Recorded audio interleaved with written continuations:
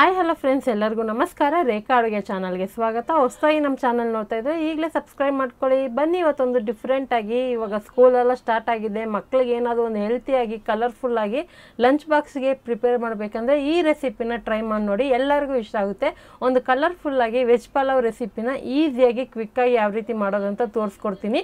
ಖಂಡಿತ ಇವತ್ತಿನ recipe last ಗಂಟೆನೂ ನೋಡಿ. ಇಷ್ಟ ಆಯ್ತು ಅಂದರೆ ಈಗಲೇ ಒಂದು ಈ ವಿಡಿಯೋಗೆ ಲೈಕ್ ಮಾಡಿ, ಶೇರ್ ಮಾಡಿ, ಕಮೆಂಟ್ ಮಾಡಿ. ಬನ್ನಿ ಇವಾಗ ಯಾವ ರೀತಿ ವೆಜ್ ಪಲಾವ್ ಮಾಡೋದಂತ ನೋಡ್ಕೊಬರೋಣ. ಇದು ಮಾಡೋದಕ್ಕೆ ನಾನು ಕುಕ್ಕರ್ಗೆ ಒಂದು 2 ಟೇಬಲ್ ಸ್ಪೂನ್ ಎಣ್ಣೆ, 1 ಟೇಬಲ್ ಸ್ಪೂನ್ ತುಪ್ಪ ಹಾಕ್ಕೊತಾ ಇದ್ದೀನಿ. ಸೊ ನಾನು ಇವತ್ತು ಯೂಸ್ ಮಾಡ್ತಾ ಇರೋದು ಒಂದು 1/4 kg ಆಗೋಷ್ಟು ಅಕ್ಕಿ ಯೂಸ್ ಮಾಡ್ತಾ ಇದ್ದೀನಿ. ಅಕ್ಕಿನ ನೀವು ಕುಕ್ಕರ್ಗೆ ಒಗ್ಗರಣೆ ಸ್ಟಾರ್ಟ್ ಮಾಡೋಕ್ಕೆ ಮುಂಚೆನೇ ತೊಳೆದ್ಬಿಟ್ಟು ನೆನೆ ಹಾಕ್ಕೊಳ್ಳಿ. ಹಾಗೆ ಇಲ್ಲಿ ಒಗ್ಗರಣೆಗೆ ಮೆಣಸುಕಾಳು, ಸೋಂಕಾಳು ಮತ್ತು ಏಲಕ್ಕಿ, ಚಕ್ಕೆ, ಲವಂಗ, ಮರಾಠಿ ಮೊಗ್ಗು, ನಕ್ಷತ್ರದ ಹೂವು ಮತ್ತು ಪಲಾವ್ ಎಲೆ ಹಾಕ್ಕೊತಾ ಇದ್ದೀನಿ. ಬೇಸಿಕ್ ಮಸಾಲೆಗಳು. ಪಲಾವ್ಗೆ ನಮಗೆ ಘಮ ಕೊಡೋದೇ ನಕ್ಷತ್ರದ ಹೂವು. ನೀವು ಎಷ್ಟು ಹಾಕ್ತಿರೋ ಅಷ್ಟು ಘಮ ಕೊಡುತ್ತೆ ಪಲಾವ್ಗೆ. ಸೊ ಇವಾಗ ಇದೆಲ್ಲ ಹಾಕಿದ್ಮೇಲೆ ಇದಕ್ಕೆ ನಾನು ಒಂದೇ ಒಂದು ಈರುಳ್ಳಿ ಹಾಕ್ಕೊತಾ ಇದ್ದೀನಿ. ಈರುಳ್ಳಿನ ಸ್ಲೈಸಾಗಿ ಕಟ್ ಮಾಡಬೇಕಂತೇನಿಲ್ಲ, ಚಿಕ್ಕ ಚಿಕ್ಕದಾಗಿ ಕೂಡ ಚಾಪ್ ಮಾಡ್ಕೋಬೋದು. ಕೆಲವರು ಮಸಾಲೆ ಇಷ್ಟಪಡ್ತೀರಂದರೆ ಈರುಳ್ಳಿನ ಪೇಸ್ಟ್ ಮಾಡಿ ಕೂಡ ಹಾಕ್ಕೋಬೋದು.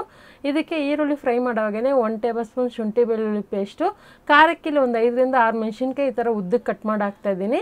ಹಾಗೆ ಕೊತ್ತಂಬರಿ ಮತ್ತು ಪುದೀನ ಕಟ್ ಮಾಡಿರೋದು ಒಂದು 2 ಟೇಬಲ್ ಸ್ಪೂನ್ ಹಾಕ್ಕೊತಾ ಇದ್ದೀನಿ. ನೀವು ಮಕ್ಕಳಿಗೆ ಅಂತಲೇ ಪ್ರಿಪೇರ್ ಮಾಡೋದಾದರೆ ಹಸಿಮೆಣಸಿನ್ಕಾಯಿನ ಶುಂಠಿ ಬೆಳ್ಳುಳ್ಳಿ ಜೊತೆಗೆ ಪೇಸ್ಟ್ ಮಾಡಿ ಕೂಡ ಯೂಸ್ ಮಾಡ್ಕೋಬೋದು. ಈ ಥರ ಕಟ್ ಮಾಡಿ ಹಾಕಿದ್ರೆ ಸೈಡಲ್ಲಿ ಎತ್ತಕ್ಕೂ ಈಸಿ ಆಗುತ್ತೆ. ಖಾರ ಕೂಡ ಒಂದು ಮೈಲ್ಡ್ ಆಗಿರುತ್ತೆ, ಅದಕ್ಕೋಸ್ಕರ ಈ ಥರ ಒಗ್ಗರಣೆಗೆ ಹಾಕ್ತಾ ಇರೋದು. ಸೊ ಇವಾಗ ಇದನ್ನೆಲ್ಲ ಚೆನ್ನಾಗಿ ಫ್ರೈ ಮಾಡಿದ ಮೇಲೆ ಇದಕ್ಕೆ ನಾನು ಗರಂ ಮಸಾಲ ಹಾಕ್ಕೊತಾ ಇದ್ದೀನಿ. ಒಂದು ಅರ್ಧ ಟೀ ಸ್ಪೂನ್ ಆಗೋಷ್ಟು ಗರಂ ಮಸಾಲ ಹಾಕ್ಕೊತಾ ಇದ್ದೀನಿ. ಇದು ಆಪ್ಷನಲ್ಲು, ಬೇಕು ಅಂದ್ರೂ ಹಾಕ್ಕೋಬೋದು, ಇಲ್ಲಾಂದ್ರೂ ನಡೆಯುತ್ತೆ. ಈಗ ಇದಕ್ಕೆ ಕಟ್ ಮಾಡಿರೋದು ಒಂದು ಟೊಮೊಟೊ ಹಾಕ್ಕೊಂಡು, ತರಕಾರಿಗಳು ನಾನು ಎಲ್ಲ ಥರ ತರಕಾರಿ ಯೂಸ್ ಮಾಡಿದ್ದೀನಿ. ನಿಮ್ಮ ಹತ್ರ ಯಾವುದಿದೆ ಅದನ್ನು ಹಾಕ್ಕೋಬೋದು. ಇಲ್ಲಿ sweet corn, beans, carrot, baby corn ಮತ್ತು ಕಾಲಿಫ್ಲವರು, ಕ್ಯಾಪ್ಸಿಕಮ್ಮು, ಆಲೂಗಡ್ಡೆ ಮತ್ತು ಬಟಾಣಿ ಹಾಕ್ಕೊತಾ ಇದ್ದೀನಿ. ಇನ್ನೂ ಎಕ್ಸ್ಟ್ರಾ ತರಕಾರಿ ನಿಮ್ಮ ಹತ್ರ ಯಾವುದಾದ್ರು ಇದ್ದರೆ ಕೂಡ ಯೂಸ್ ಮಾಡ್ಕೋಬೋದು.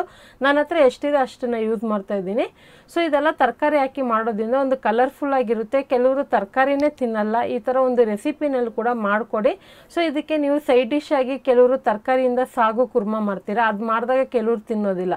ಈ ಥರ ರೈಸ್ ಐಟಮಲ್ಲಿ ಮಾಡಿದಾಗ ಅವರು ರೈಸ್ ಜೊತೆಗೆ ಒಂದೊಂದು ತರಕಾರಿ ಮಿಕ್ಸ್ ಮಾಡಿದಾಗ ನಿಮಗೆ ತಿನ್ನೋವಾಗ ಈಸಿಯಾಗಿ ಹೋಗುತ್ತೆ. ಅದಕ್ಕೋಸ್ಕರ ಈ ಥರ ಒಂದು ಡಿಫ್ರೆಂಟಾಗಿ ಮಾಡಿಕೊಡಿ, ಕಲರ್ಫುಲ್ಲಾಗಿರುತ್ತೆ ನೋಡೋದಕ್ಕೂ. ತರಕಾರಿ ಎಲ್ಲ ಹಾಕಿ ರುಚಿಗೆ ತಕ್ಕಷ್ಟು ಉಪ್ಪು ಹಾಕಿ ಚೆನ್ನಾಗಿ ಒಂದು 2 ನಿಮಿಷ ಫ್ರೈ ಮಾಡ್ಕೋಬೇಕು. ಇದಕ್ಕೇನು ಯಾವುದೇ ರೀತಿ ಮತ್ತೆ ಮೊಸರು, ಖಾರದ ಪುಡಿ, ಧನಿಯಾ ಪುಡಿ ಏನು ಬೇಕಾಗೋದಿಲ್ಲ. ಇದು ಕಲರ್ಲೆಸ್ ಆಗಿರುತ್ತೆ. ಸೊ ಜಸ್ಟ್ ಗರಂ ಮಸಾಲ ಹಾಕಿರೋದ್ರಿಂದ ಸ್ವಲ್ಪ ಕಲರ್ ಚೇಂಜ್ ಇರುತ್ತೆ ಅಷ್ಟೇ. ಇದಕ್ಕೆ ನಾನು ತೊಗೊಂಡಿರೋಂಥ ಲೋಟ ಬಂದ್ಬಿಟ್ಟು 1/4 kg ಆಗೋಷ್ಟು ಅಕ್ಕಿ. ಇದಕ್ಕೆ 1 ಲೋಟ ಅಕ್ಕಿಗೆ 2 ಲೋಟ ನೀರು ಹಾಕ್ಕೊತಾ ಇದ್ದೀನಿ.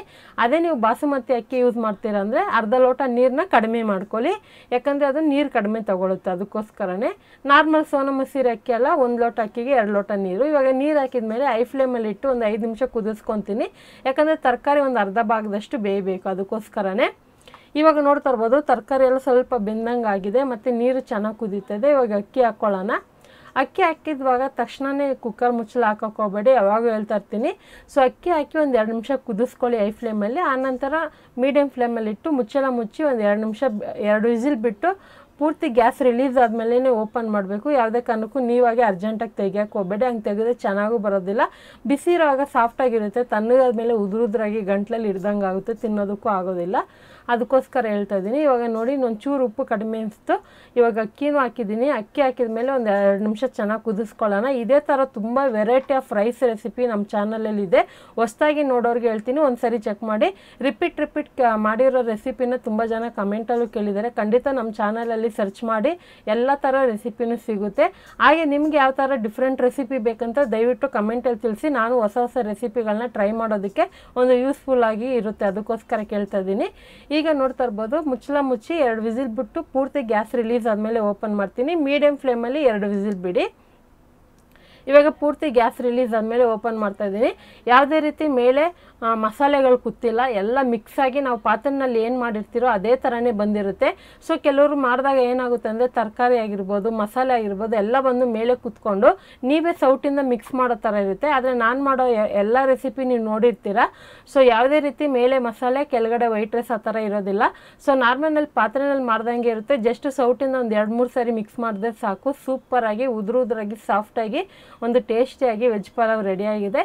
ಇದಕ್ಕೆ ನಿಮ್ಗೆ ಇಷ್ಟವಾಗಿರುವಂಥ ಯಾವುದೇ ರೀತಿ ವೆಜ್ ಕುರ್ಮಾ, ಮೊಸರು ಪಚಡಿ, ಚಟ್ನಿ ಕಾಂಬಿನೇಷನ್ ಸೂಪರ್ ಆಗಿರುತ್ತೆ. ನೀವು ಮನೇಲಿ ಟ್ರೈ ಮಾಡಿ ಯಾವ ಥರ ಬಂತಂತ ಕಮೆಂಟ್ ಮಾಡಿ. ಇವತ್ತಿನ ರೆಸಿಪಿ ಇಷ್ಟ ಆಯ್ತು ಅಂದರೆ ಒಂದು ಲೈಕ್ ಮಾಡಿ, ಹಾಗೆ ಫ್ಯಾಮಿಲಿ ಫ್ರೆಂಡ್ಸ್ಗೂ ಶೇರ್ ಮಾಡಿ. ಹೊಸದಾಗಿ ರೇಖಾ ಅಡುಗೆ ಚಾನಲ್ನ ನೋಡ್ತಾ ಇದ್ರೆ ಈಗಲೇ ಸಬ್ಸ್ಕ್ರೈಬ್ ಮಾಡ್ಕೊಳ್ಳಿ. ಈ ವಿಡಿಯೋ ನೋಡಿದ್ದಕ್ಕಾಗಿ ಎಲ್ರಿಗೂ ಧನ್ಯವಾದಗಳು. ಟೇಕ್ ಕೇರ್, ಬಾಯ್.